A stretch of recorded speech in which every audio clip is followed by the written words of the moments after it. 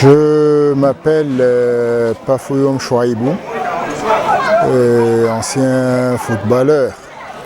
J'ai commencé ma carrière à Fédéral de Fouman dans les années 79-80.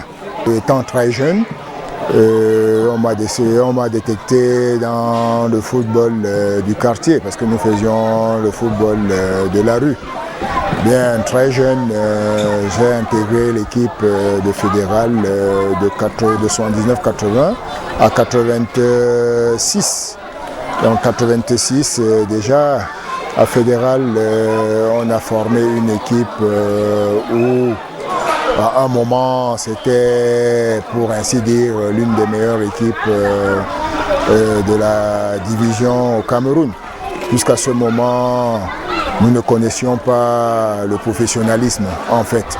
Tout se jouait au Cameroun, voilà pourquoi à cette époque vous entendiez les Canons, les Unions, les Tonnerres gagner les coupes d'Afrique.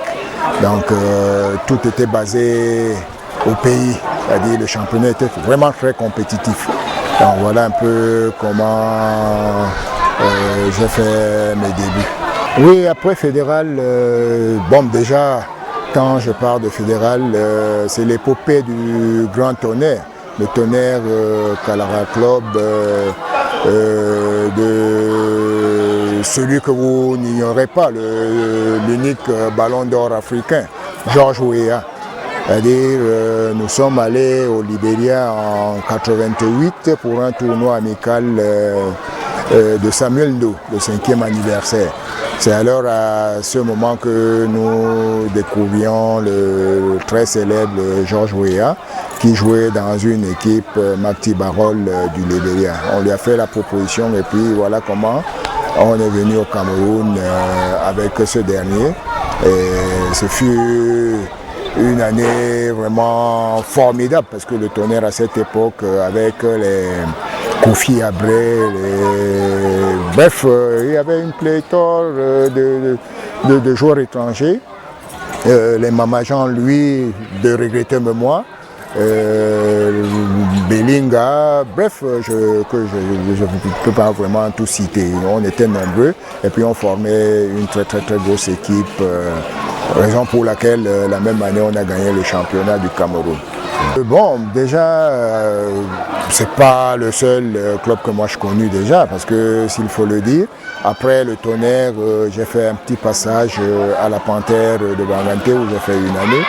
Après la Panthère, j'ai presque fait un arrêt avec le football dans la tête. Et c'est à cette période qu'on vient encore me solliciter pour l'équipe de Maïskam, de Ngaoundéré, où j'ai encore renoué avec le football. J'ai fait encore 4 ans où c'était formidable. Bien, après Maïskam maintenant, bon, c'est vrai, j'ai encore eu une proposition pour le coton qui venait juste de naître. Bon, là, j'ai refusé et puis je suis rentré parce que à cette époque, je venais de perdre mon papa qui m'a donc coupé un peu dans la chose, dans le sport. Donc, je reviens maintenant.